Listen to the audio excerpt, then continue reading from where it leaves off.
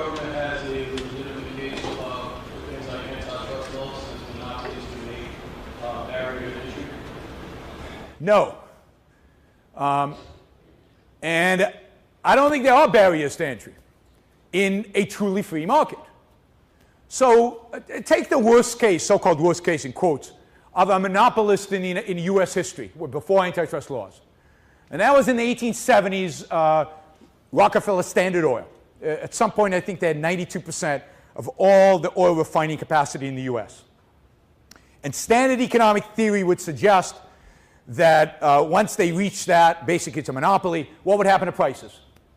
Who's taking Econ 101? They would go up. What would happen to quality? It would go down. Well, it turns out if you actually go in the records and look, the exact opposite happened. Prices went down, quality went up. And you go, what, Rockefeller's an idiot? Why did he do this?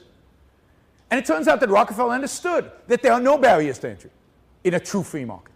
That capital is always seeking a return. And if he drove prices up and quality went down, one, competitors would arise. Two, there would be fewer uses for the product he was producing. He was refining oil.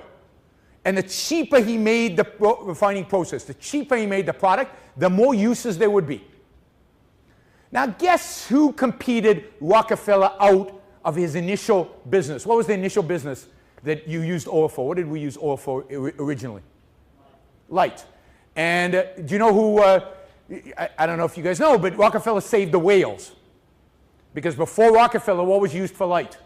Whale oil. The whaling industry basically was decimated by kerosene. Now who competed Rockefeller out of the lighting business?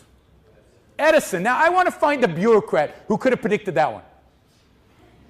That's called substitution. It's a product that you couldn't, they're not on the same, like this is oil, this is black mucky stuff, and this is electrons moving.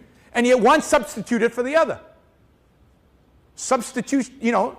Now it turned out that by that point he'd made oil so cheap that he didn't really care losing the kerosene business, because what did he move into? The gasoline business. And there was real competition of what would move cars.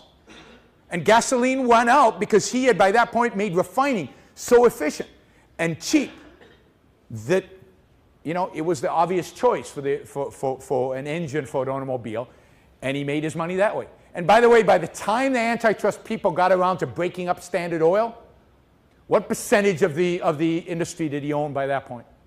20-something%.